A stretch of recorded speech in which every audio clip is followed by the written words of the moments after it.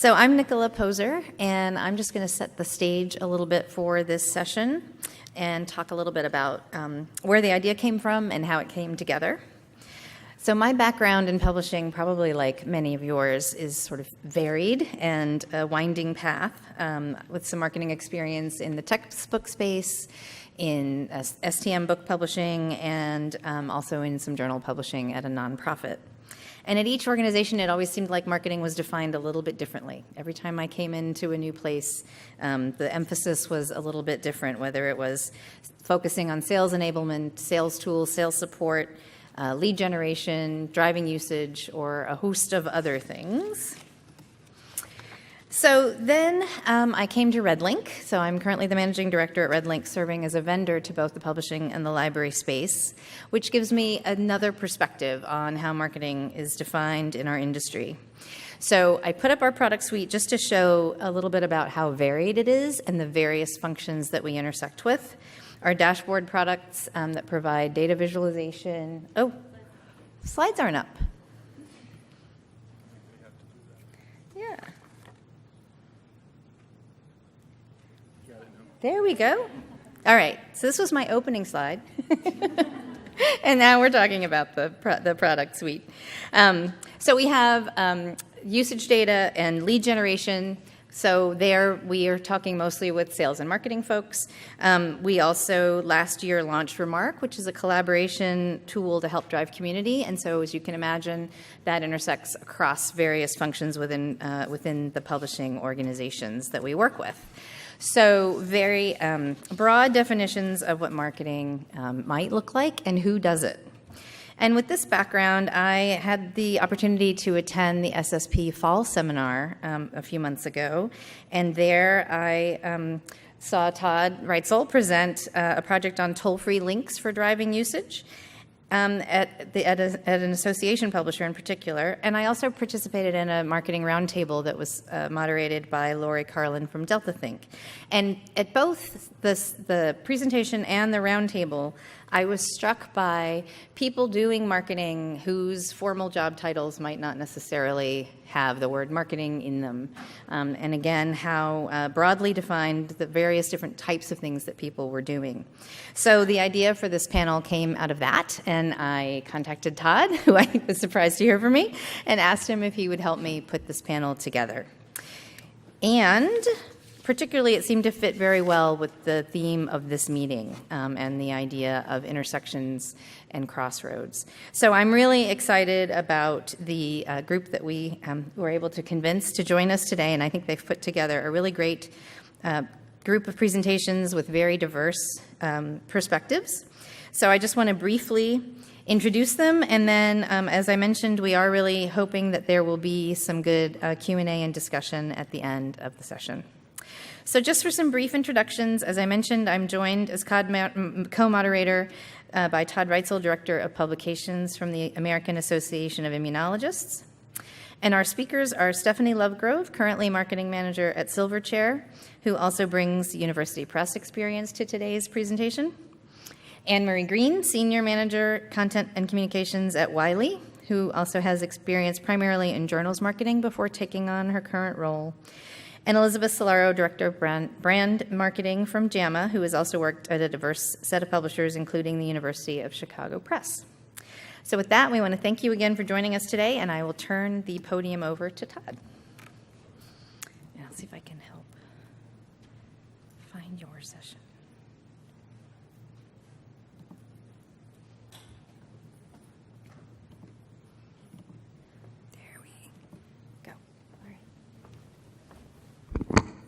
Thank you, Nicola.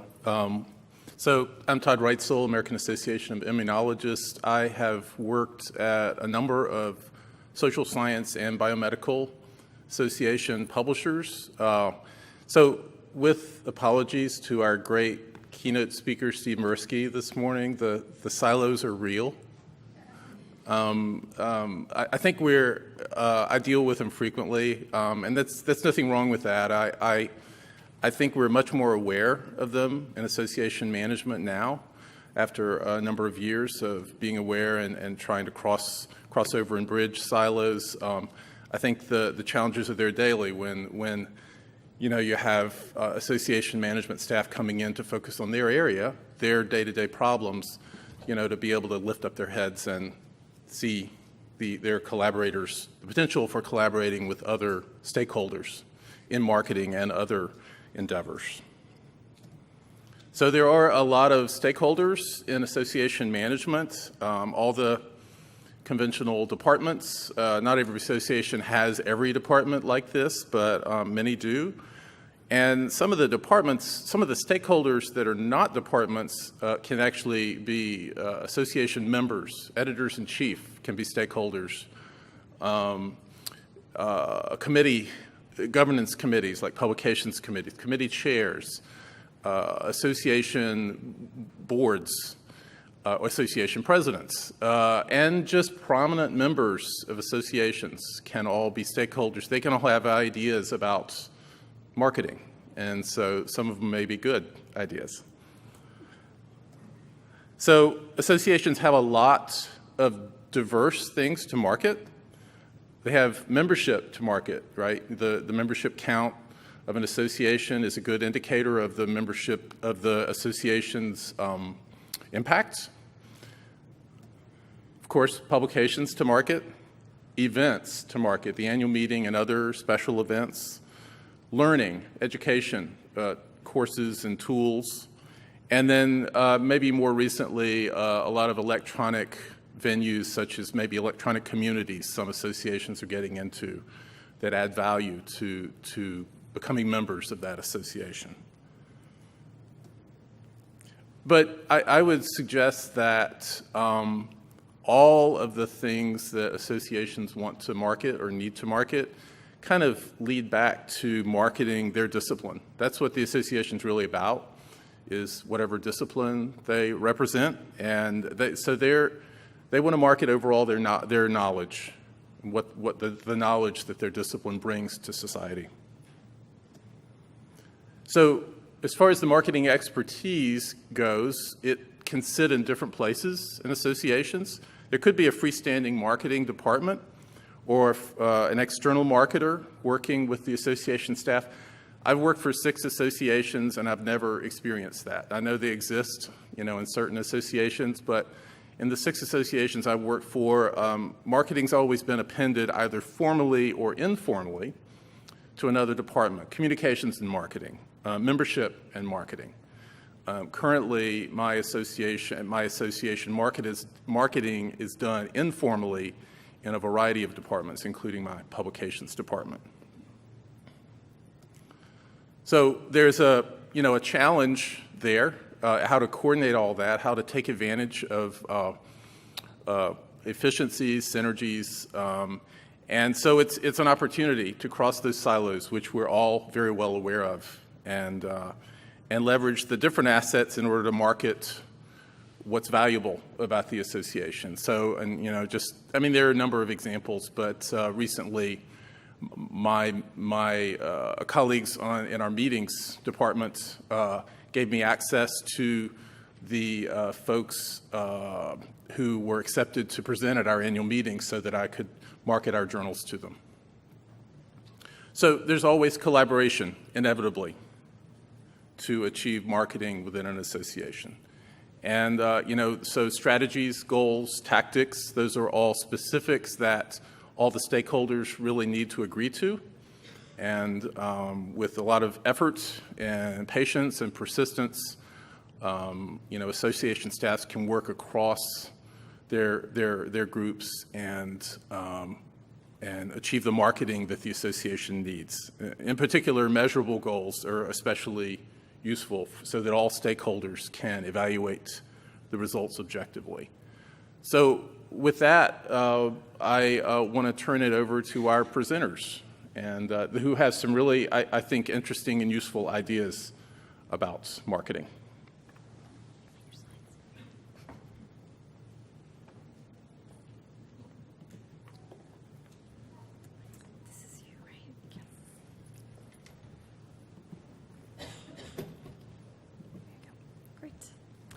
Thank you. A little taller than me. Scoot this down a little. Thank you. I want to start with a quick poll. How many people here are in marketing? And how many of you used to work in a different department or different role?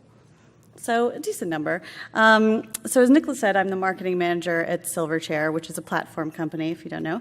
But previous to this, I worked in digital publishing at UVA Press, but I've also worked in roles in sales and editorial. And this tends to be the case for a lot of people in marketing, from what I've seen. And I think that's because marketing is a role that requires a variety of skill sets. And it really requires knowledge of what the other departments are doing in order that you can use their content, their strategies in your marketing. So as a reflection of my own background, I was once a poetry editor for a literary journal, so I couldn't resist working in a little poetry. I'm hoping this is the first session you've been to that has a Lorca quote. As you know, this session is on marketing at the crossroads, and this position in the middle and across, acting as a resource for, but also relying on numerous other departments, it also opens up avenues to draw from other departments, from their content, from their strengths, and from their strategies. Most departments have more defined boundaries. It tends to be clear what's outside their borders, but marketing tends to be more fluid. By nature, it exists with, in, and between all other departments, and it's an ongoing challenge to balance those priorities and to manage those borders. For university presses, marketing often sits between the editorial and the sales departments.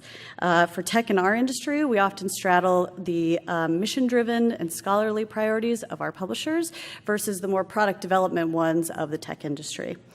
In both, marketing is often given the task of taking content from editorial product, which in publishing could be 1,000 words with as many synonyms for phenomenology as possible, or in product can be a description of a widget that itself seems to be written in code, and getting that to the design department who just wants 25 words and a graphic.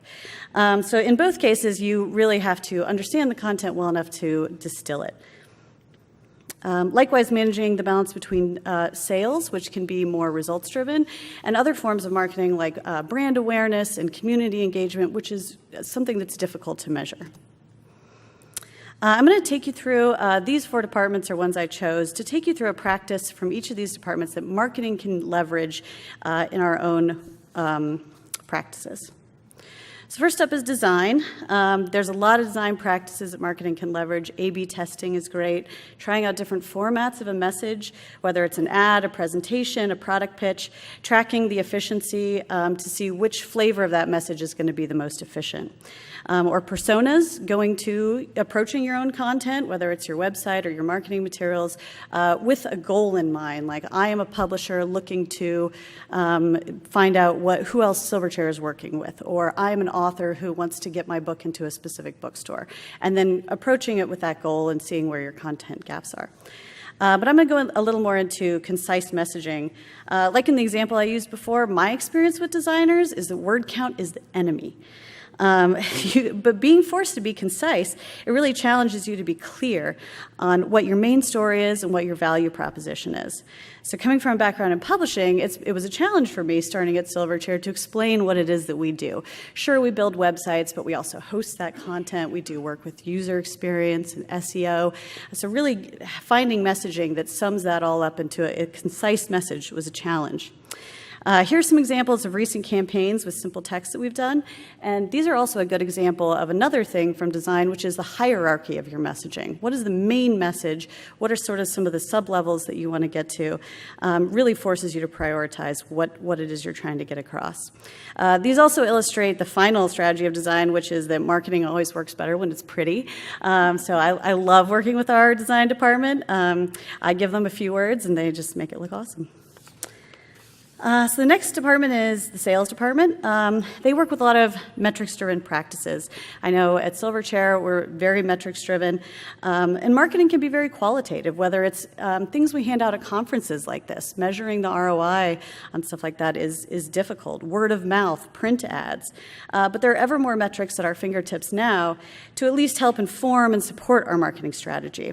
There's the famous saying, half the money I spend on advertising is wasted, I just don't know which half. But luckily, that's not as much the case anymore. There's no shortage of data available to us via social media platforms, site analytics, keyword searches, et cetera. Finding actionable ways to use and interpret that data is key. So, for example, at Silverchair, we really look for engagement. We don't want to spam people with, generic messages and stock images. We really want to curate our content. We want to make it personal. We want it to really reflect who we are, our culture, our brand. And the result of that is that we have high engagement. This is a tool I really like. It's a free tool, Agorapulse, and it takes your Twitter accounts and compares it with other accounts that you choose. And so, as you can see here, for us, it's not as important that we don't have as many followers, that we're not tweeting as often. What really matters for us is that we're engaging, we're having conversations, and that is the metric for us that measures our success. Next department is editorial in publishing, or product in Silverchair's case, the sort of content, a lot of the content creation department. Most of you are probably familiar with Agile methodology, which is the development structure Silverchair works with. It works on the idea of iterative development, and it enables a level of flexibility so you can pivot. So that's one thing. But the thing I'm going to talk about a little more is competitor research and best practices. We had a really great intern through a local program last summer do a digital marketing research project for us. And they looked at all sorts of competitors, both in our industry, but also in the local job market. Charlottesville has a surprisingly robust tech community. So we looked at them for frequency engagement across all their channels, including the percentage of original content they're posting versus how much shared content. We looked at their messaging, and we looked at both things to learn, things they were doing really well that we would benefit from, versus things to avoid, things that maybe didn't resonate with our messaging, et cetera. We also looked at best practices across the industry. So, for example, the ideal number of hashtags per platform, it's not all the same. And it makes a big difference. As you can see in some of these, more than 2 hashtags on Twitter decreases engagement by 17%. And so doing this kind of research, not only within our specific sphere, but in the broader sphere of all these different channels, was really helpful to us and helps guide our strategy. We do this yearly now so that we can do even more benchmarking. So the final category is the executives, the vision. Being in close alignment with the executives in terms of direction and intentions of the company is important in translating the mission statement and core values into the overall messaging, which makes it resonate more strongly with your audience, with your market, and even within your company. How many people have seen Simon Sinek's TED Talk on finding your why? Yeah, it's great, right? If you haven't seen it, it's a really good one, especially if you're working on messaging. He really gets at people don't buy what you do, they buy why you do it. And so when talking about messaging, it's really important to get to the emotional, human, broader appeal, and that really makes the words and functions and all the specifics resonate more broadly with your audience. So, for example, I could talk about how Silverchair designs and builds websites to host scholarly content. We create specialized features and interfaces for interacting with that content. We empower publishers with a suite of user-friendly tools. But if I start with, well, why do we do that? Why do we do all these things? Our why is we want to empower the creators and users of scholarly and professional knowledge to maximize their positive impact on humanity. And that's a big why. And so if you start with that and you say, that's why we do it. So what do we do in order to get to that why? Well, we design and build websites to host this important research. We create features and interfaces so that those readers and researchers can extract the most knowledge, and so that they can then find other research. Then we empower the publishers of that research with autonomy through the easy-to-use self-serve management tools.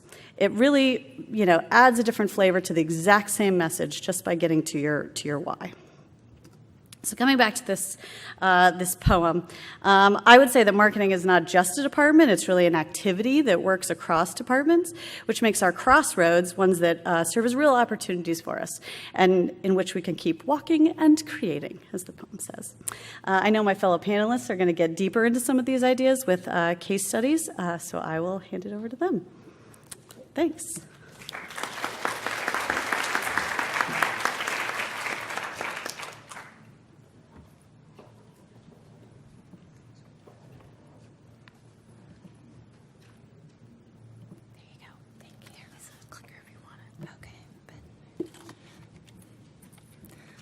Sorry, my looks like my arrow migrated to a place I didn't want it to go. They do that sometimes. So I wanted to talk about the differences between content marketing as a term and marketing content. I think in the publishing space, often those two terms get confused and conflated.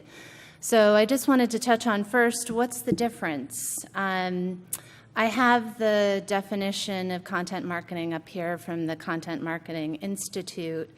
I'll let you read that. But, basically, content marketing is designed to drive engagement, oftentimes at the awareness and interest stage of the buyer's journey. So what it's not product-focused. It's typically not behind a firewall. It might be behind a lead generation page at times. And it's not meant to be promotional in nature. And then what about marketing content?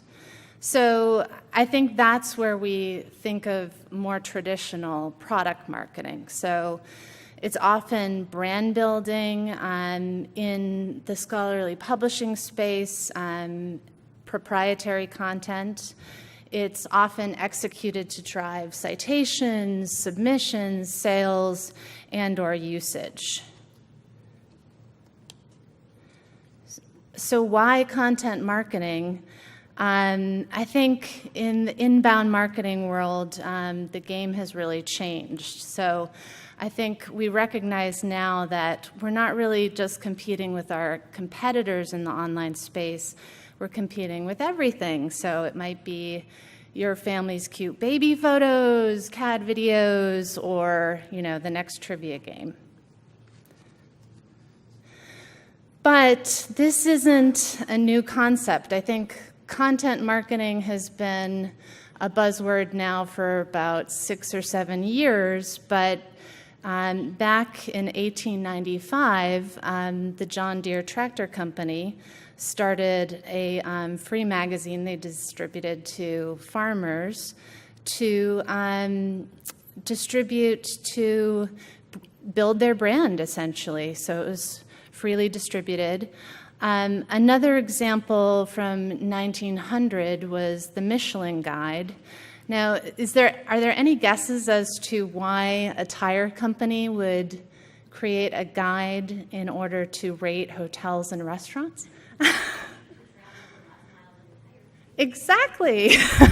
They wanted to sell tires by having the few people who had cars at the time, travel around. So how are we using content marketing at Wiley? Back in 2013, we started a corporate blog for the scholarly publishing community.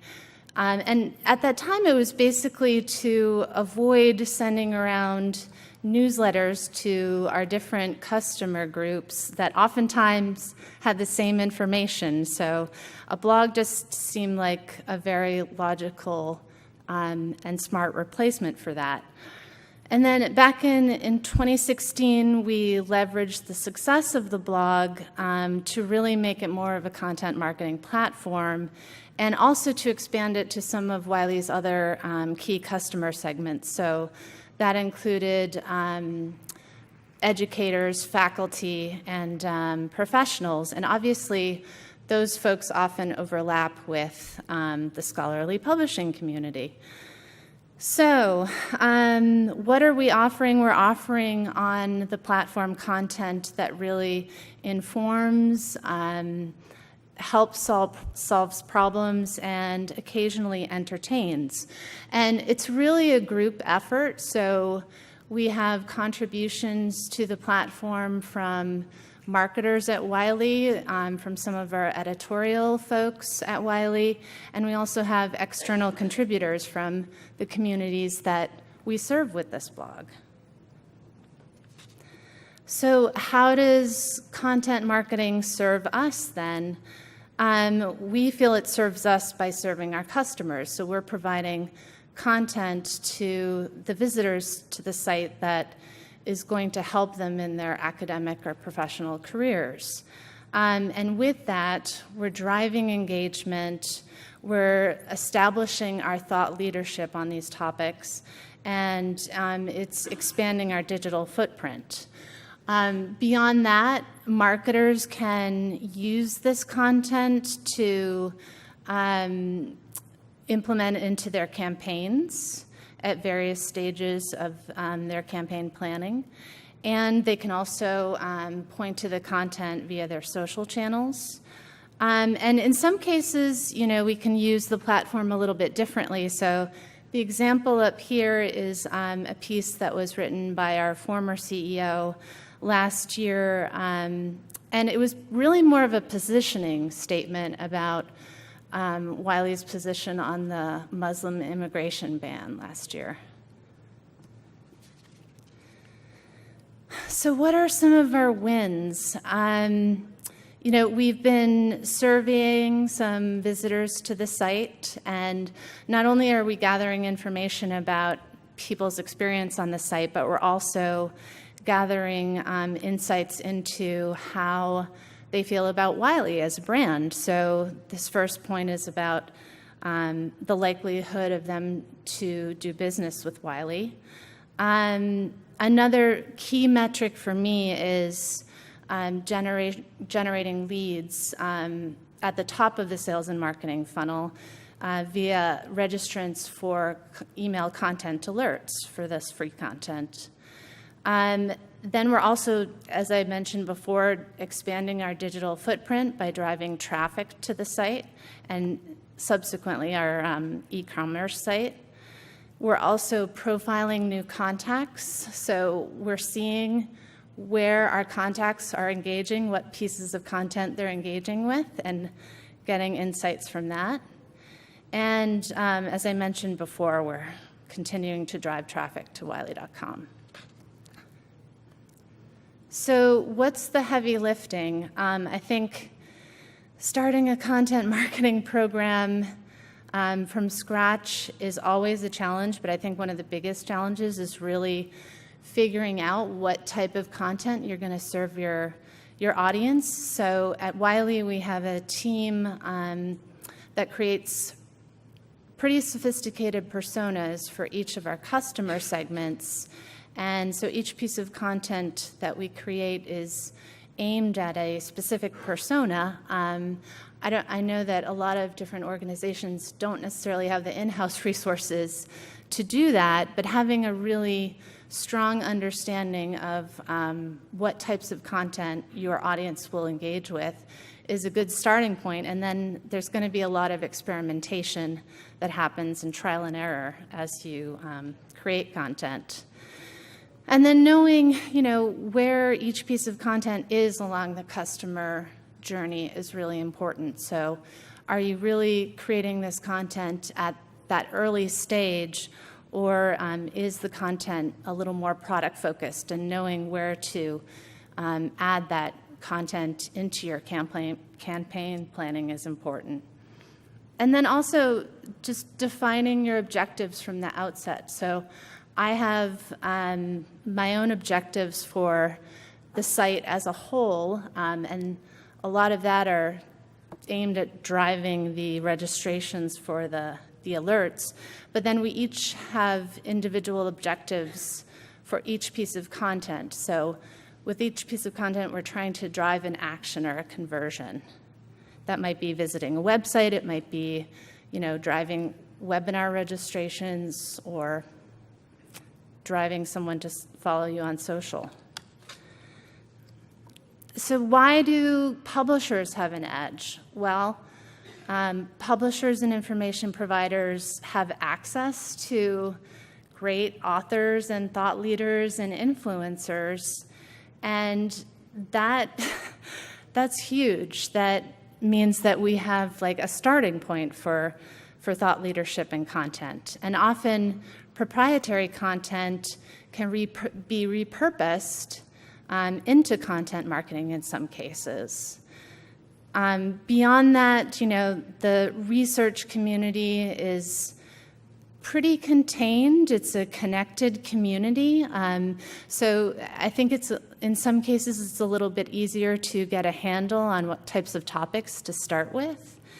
And as we know, more and more people are being influenced by thought leadership and their peers. So when you have a community and you're serving up content by those community members, it can influence purchasing decisions. So where are we headed?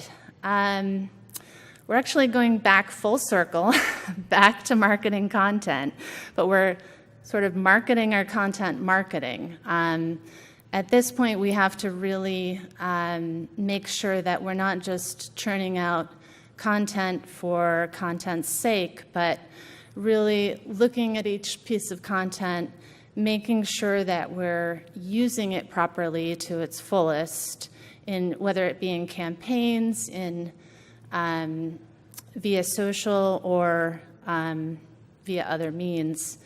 And we're also trying to look at measuring each individual piece of content and visitors' engagement with it a little better. So right now we're looking at new platforms that can offer better engagement metrics.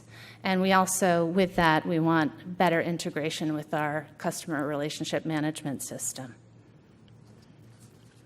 So check out the site when you get a chance, the Wiley Network. And thank you.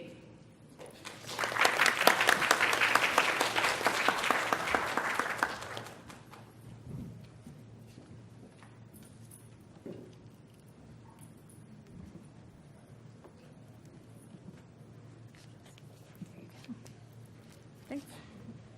I have to put this down even another notch. You can see me over the podium. I am Betsy Solero. I'm, as Nicholas said, I'm the Director of Brand Marketing at the JAMA Network.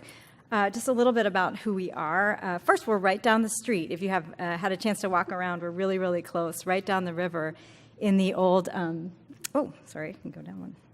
In the old IBM building, so it's right here. And if you haven't taken the architecture cruise in Chicago, you should go out and do it right now. So JAMA is our flagship journal, and we also publish 11 specialty journals. Last week, we launched our first general medical open access journal, JAMA Network Open. We also have a suite of apps, videos, podcasts, and a full suite of websites. I'm sure there are publishers and vendors of all sizes in the room, so it may help to know that we're a society publisher, a fairly large society publisher, and we are hosted on Silverchair. So I'd like to start with a quote from the Harvard Business Review that maybe some of you might have seen before, but it's that marketing has become too important to be left just to the marketers. All employees must be engaged with it, which I would add, whether they want to be or not. So this quote is from 2014, but I think it's even more relevant now. If you start to think about how marketing has changed, and Stephanie touched on this over the past 5 to 10 years, it'll start to hit home, just how your own jobs have changed and how we've all changed our thinking. So it's no longer possible to just toss a new product over the hedgerow into marketing and say, go figure it out, go put this out there and see what happens. You could do that, and it still happens, believe me. But I think you'd realize pretty quickly that there's something wrong with that plan. How do I go backwards? There you go. So there are many ways to integrate marketing into a publishing organization, especially a professional society, as Todd mentioned, as you can imagine. More and more market activities, I've listed a bunch of them on this slide. I'm not going to read them out to you, may report up into different areas of an organization. So it's not just one little team in marketing doing all of this work. Content marketing may report into editorial, for example. Analytics may report to product management, digital marketing up to product management. It just varies a lot from company to company. The one thing I do think is very important with this sort of fractured structure is to have someone or some department, such as brand marketing, for example, responsible for the overall marketing plan and messaging for a single project, no matter where all the different tactics live in the organization. So I'm going to talk about 2 case studies that I hope will illustrate how we at JAMA have worked together across departments to tackle 2 very different goals over the past several years. I'd like to think about these more in terms of task forces instead of cross-departmental project teams. I think it's a nicer way to think about it. So the first case is author outreach. this is what we call the way we engage our authors in a very broad sense. It's a broad term, and we kept it intentionally broad, but it really describes a single focus. The authors are our most important audience, I would say. They publish the research in our journals, and they've also more recently with our open access journal, they're now actual customers, so we need to think about them in a totally different way. I'm going to focus mostly on the aspects of author outreach that intersect with marketing, but keep in mind there's a large part of this that sits squarely in editorial, and they're sitting in the room, so the people who work on this with me. Briefly, we cover at JAMA more than 50 medical conferences a year in some way, shape, or form. We have what we would call the full treatment, where we have an exhibit booth. We would have simultaneously published papers. We would have a social event like a cocktail reception, a dedicated microsite, many things going on, to the opposite end of the spectrum, where it might just be social media support or slides for an author to have at the end of his or her presentation. This is some pictures of our team at work. You can see we have a Meet the Editor session going on, and those are some pictures of our booth. Not everybody on the team has to work in the booth. There are some who would never, ever want to have to do that, but we try to get everybody out there as often as we can. So why did we do this? You can see our goals here at the top, and it's pretty obvious why you would do this. And it's not that this type of activity wasn't happening before we formed this team. It was really just happening in different departments and in a very fractured way. We were also going through some very major changes in the organization at the time. We were making the transition, like many in the room, from being primarily known as a print publisher to being an online publisher with some print journals. It was about the time we launched on Silverchair, actually, that this was all happening. We also launched the JAMA Network brand, which was an entirely new thing for us. We did that in order to bring all of the journals that we were publishing, which had different names. They were called the Archives of whatever specialty, closer to the JAMA Network umbrella brand, and then integrate all of the products together online. We also had a leadership change, so we had a new editor-in-chief and a new publisher all at the same time. So we had a lot to communicate at one time. So we put together a team with members chiefly from editorial and marketing, and we worked with others on the periphery and to a lesser extent product management, social media, media relations, and creative design. Importantly, we added a full-time staff member to work on author outreach, and she's sitting right over here in the room. So what were some of the challenges to doing this? Aside from the author outreach coordinator, Caroline, everyone else already had a full-time job, so this was being added on to what we currently did. So we had to figure out how to fit that in, and there are a variety of ways you can do that, but basically it involves getting buy-in from everyone who's involved. And managing expectations of everyone for a program like this can be a real balancing act. For a shiny new journal, that journal will get the full treatment for a full year or two or whatever it takes, and a more well-established journal might not get as much attention. So you have to be sure that everyone on the team understands how to communicate that to the editors who may expect, I want to be at that meeting, why can't I have this, that type of thing. And the other thing I'd like to talk about, the challenge that was kind of the most interesting one for us as an organization was the cross-departmental friction that exists, and that exists in any organization. It's important to keep in mind that although everyone has the same goal in mind, the end game is the same, people's individual and departmental goals may conflict with each other, and you have to find a way to work beyond that. On the other hand, this kind of friction and tension between different departments can really be a positive. It comes from a place of we're all very passionate about what we do, and so everybody just wants to do the best job, but sometimes those goals do conflict. And especially in this case, and in every publishing job I've ever had, there's sort of a natural tension between editorial and marketing or publishing or whatever you want to call it, for good reasons. But there's a reason we called this author outreach and not author marketing. I think the term marketing itself is fraught sometimes, and it can be certainly unpalatable to some people in an organization, so just try to avoid it sometimes when it works in your favor. So which metrics did we use to measure this? I think everybody's already mentioned that certain things are really hard to figure out. What ROI, how are you going to determine that this is a success? And there are any number of ways you can do that. A bunch of the ones that we consider are listed on this slide. I mentioned agreeing on goals.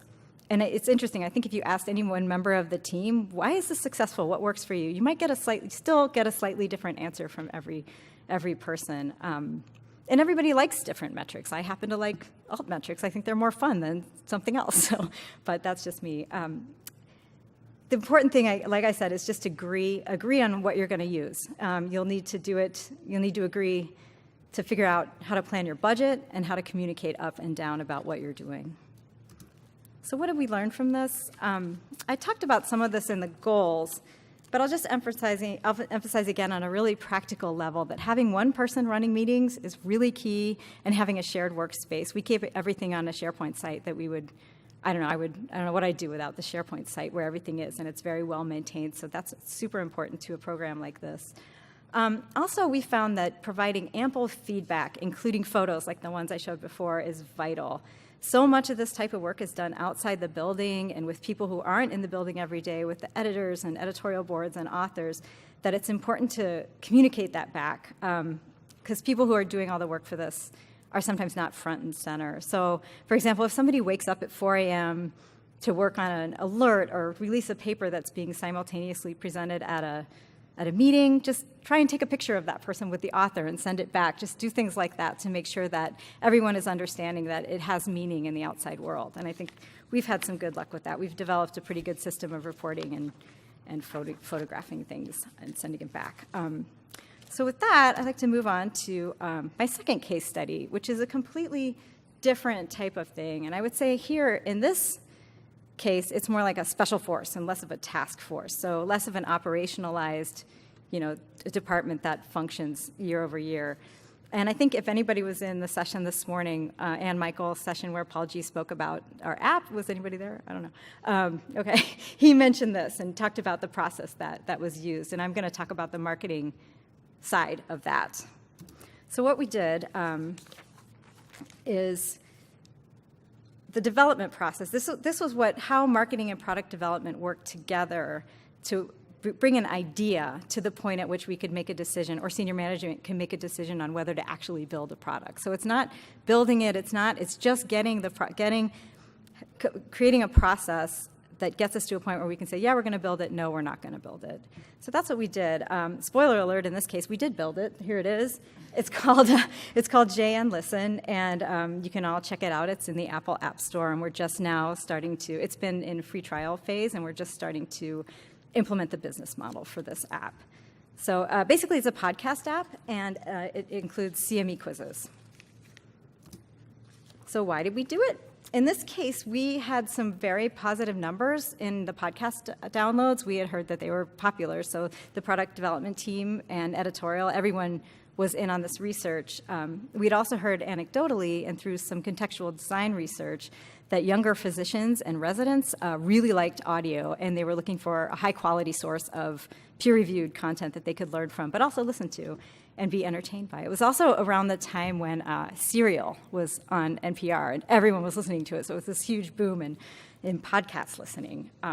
Building an app like this also aligned with the goals of presenting content in new ways and engaging audiences that we felt were not as familiar with our brand the way we wanted them to be familiar with it. In other words, they knew what JAMA was, but they pictured a print journal perhaps sitting on a table, and we were out to change that with this younger audience.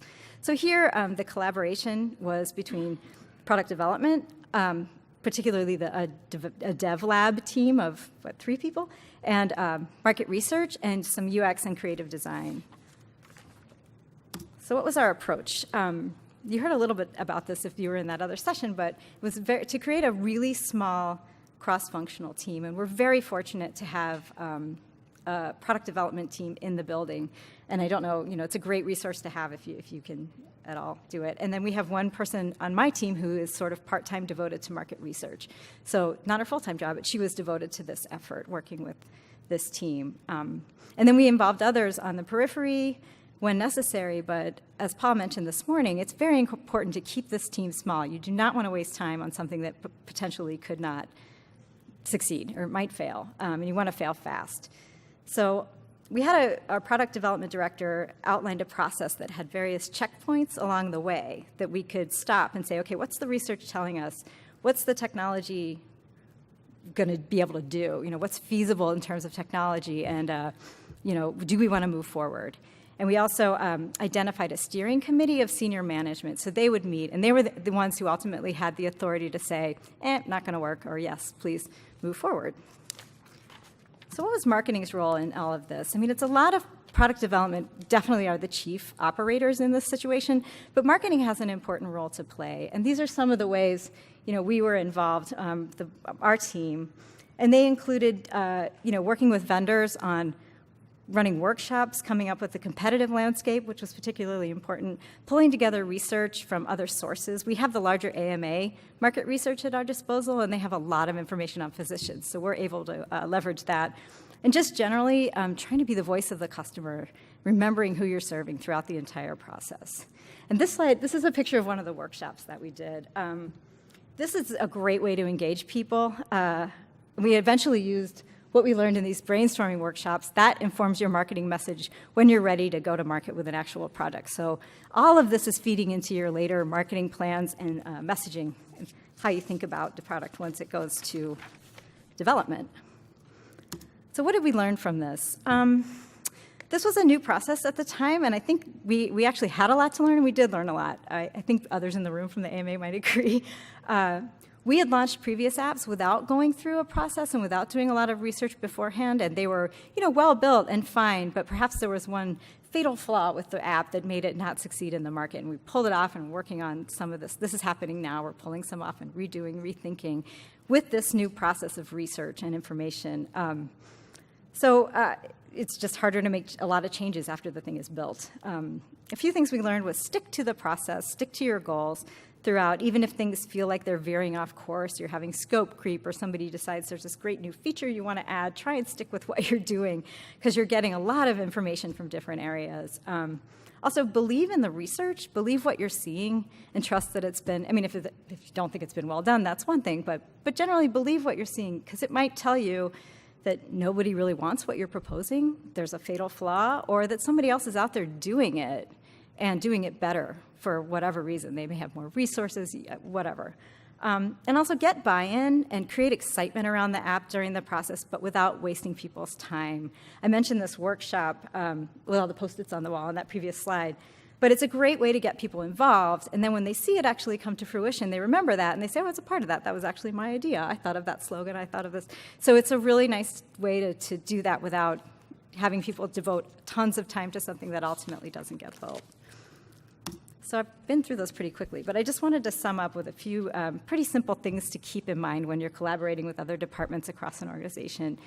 And it's always, everybody in this room knows this, but it's good to revisit it and think about your audience.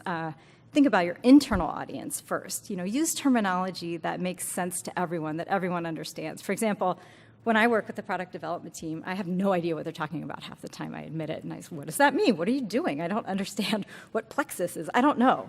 So I need a translator sometimes. But it's very important that everybody understand that. So ask a lot of questions. And then communicate in other directions about what you're doing, up, down, in, out. Just keep everybody on the same page if you can. And even with the term marketing, I'll say that again. Everybody is doing marketing without realizing it, they're doing it. And sometimes you just don't want to say, you're doing marketing. You just want to call it something else, call it outreach, call it audience insight. So people who may be averse to doing marketing or spinning things don't feel like they're getting their hands dirty. That's just a little PR tip. And finally, I think it's important to give credit where it's due and try not to be too territorial about marketing ideas or what you consider to be a traditional marketing role. Breaking down borders and welcoming good ideas from anyone in the organization will break down the walls and make you look better in the long run, which is actually what you want. So that's all I have. Thank you. Thanks. Questions?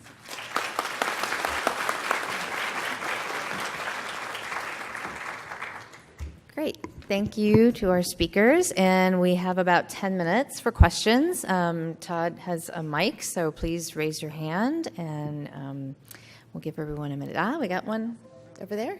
Bert?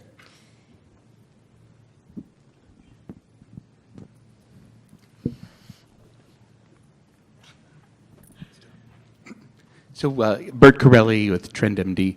I'm curious on the panel, What's been the impact of social media marketing in recent years, where it's become more of a part of marketing departments? In terms of cost, in terms of building expertise, or hiring new people, or repurposing existing people.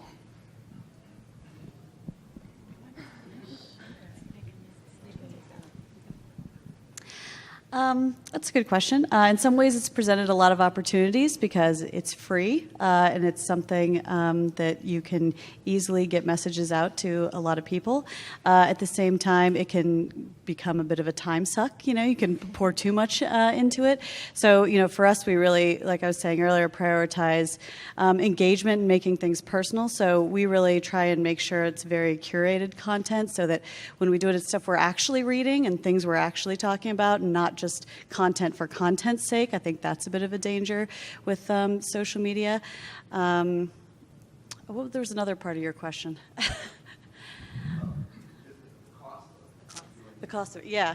Well, and there's. I think recently with the changes that Facebook has made after everything that happened, a lot of people relied on Facebook's ad algorithms almost exclusively to reach people, and a lot of people in the publishing sphere, not so much scholarly publishing probably, but were completely upended their marketing plans. And so I think that one thing to take away from it is building a genuine audience, people who are actually listening, who you actually know and meet, is really where those things can benefit you.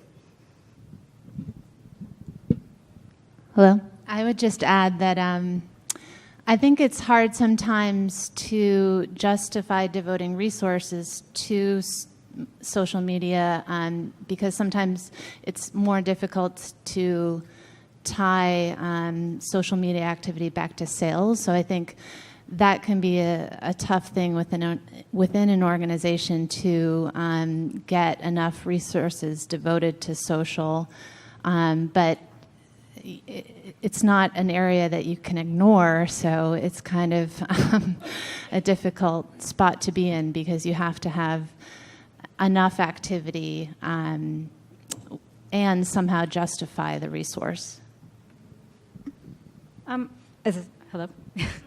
From a brand standpoint, I think I look at it a little bit differently. Our social media, we have a team devoted to social media for the journals, and I look at it from more of a brand perspective and a product perspective. So for me, it's more about getting the balance right between promoting the content and driving traffic to the website, obviously, but also promoting our products and not sort of polluting our content marketing with product marketing and getting that balance right. And also keeping the messaging and the branding together. We have our creative design directors in the room, and I'm sure she could speak to that too.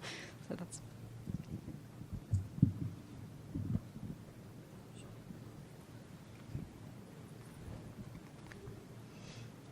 Thank you.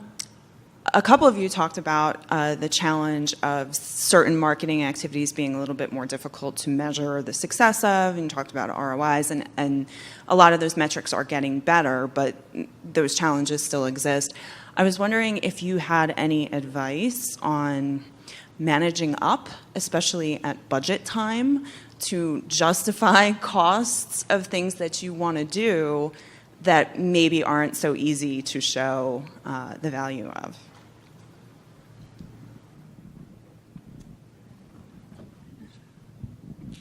I think I would say in that regard, it goes back to what I said about constant communication about what you're doing, and keep it. I think you have to sort of cultivate that throughout your year, and then when it comes time to budget, there are no surprises. So you don't want to. That's the advice. It's going to be different at every organization and with every type of senior management personality, I guess I would even say, is that you just need to keep in mind just no surprises and be reasonable. If it's really not working, it's not going to work. Trade show exhibiting is impossible. It's really, really hard to tell. So, is it we see a value in it because we take it very seriously, and we do cut things that we don't think are successful for any number of those reasons I showed. So I think if you can just stay in constant communication about it, provide a lot of feedback, and that'll help you out. That's my best advice. I think I would just add to what you're saying. I think from the outset, sharing the metrics that you are going to use to measure success from the outset, I think is important, because then when you share those metrics later, you can you can help justify something if you've established what the metrics are going to be. And I think you can also have in mind something you're going to cut. Think about that. Yeah. I think, as you were saying, for conferences, that's particularly a tough one. And I know when I was at UVA Press, conferences and also advertising, it's hard to get, authors want print ads in specific journals, and it's really hard to measure ROI on that. And so, eventually we got to a point where we said, we're not framing this as what sales does this lead to? This is author support. This is author engagement. We don't do this for sales. We do it because our authors want it, and we want our authors to be happy. So maybe framing it in a different way. That's not necessarily going to result in dollar signs, but it results in sort of an overall brand awareness, can be helpful. I wonder if you'd discuss any changes that you've had to make due to GDPR.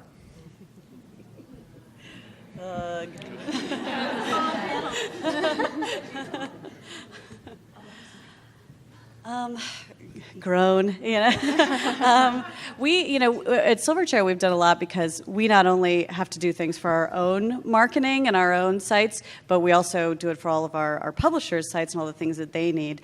So a lot of things like, updating privacy policies. Everyone's gotten a million emails about updated privacy policies. So there was that, email campaigns to make sure people are opting in properly. We, luckily, if you use MailChimp, they made it extremely easy. They have all these forms that you can make sure you're GDPR compliant. They're logging everything they need to log. But all the, pop-up cookies on our website, there's a lot that's been done, but it also is good because, for the most part, we didn't have any big problem areas, but it really does make you look at, well, how am I storing this data? Is this spreadsheet on my desktop, a privacy violation? And so it really makes you look at things, and so ultimately I think it's a huge benefit. Yeah, I don't really have much to add to that, aside from we took a look at everything we were doing. We updated our privacy policy. We have the cookies in place, the pop up, whatever we call them, top toast, the official term. And we felt pretty good about what we were actually doing, but it was very good to take a look at what policies we already had in place. So. Yeah, I would just say we've taken pretty much the same actions. Updating opt-in pages, communicating policies, that sort of thing. So.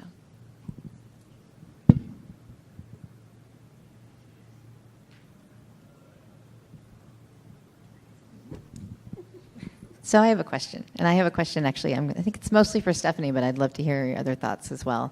And we talked about this yesterday, but Stephanie mentioned learning from the Agile approach of the tech team, and so it got me thinking about marketing planning. And when I first started working in marketing, and we would have big annual strategic planning retreats, and we would put together these documents, and we'd present them to senior management, and it was the plan for the year. And it feels like now maybe then we sort of planned for 6 months, and now maybe for a quarter, that marketing really has become a lot less long range and a little really using that Agile methodology. So I'd welcome your thoughts. Yeah, the Agile process was new to me coming to Silverchair, but it makes a lot of sense. And there's a lot of literature on this. There's a book called Agile Marketing that's great that talks about using the Agile process in marketing. But for example, Silverchair's roadmap process, we have the short-term goals that are very specific, well-defined. We're definitely going to do it. Then we have the mid-range, and things are a little broader, a little more flexibility built in. And then there's the long-term, where we talk about things like security, and that's as specific as it gets. It's you kind of build your map out like that. And it's very useful because I know when I was at UVA, we budget our entire ad budget for the entire year. And then when suddenly a topic becomes hot and you want to advertise a backlist book, you have no room in your budget to do it. Or, something shifts. You have limited ability to be flexible and pivot, take advantage of remnant ads, things like that. So building in a certain amount of specificity in the immediate and knowing broadly sort of the types of things you're going to do, it gives you the flexibility as you move along in your plan to be more agile. Yeah, I think I would agree in the space I'm working in. We're not planning too far ahead, so we're trying to see how our audience is responding to content and create content that's similar or that might be on a similar topic. So it's, I think, more of an iterative planning process than a long-term one. Yeah, I would agree with that. It's just become that way when you have different types of content and products that you're marketing. I mean, we can plan out a conference schedule a year in advance because we know that's easy. But we don't always know, are things going to stay on track? Is this going to get killed? Are we going to have it? So there are things that you just have to be able to adjust for and deal with as they come up. So it's different now.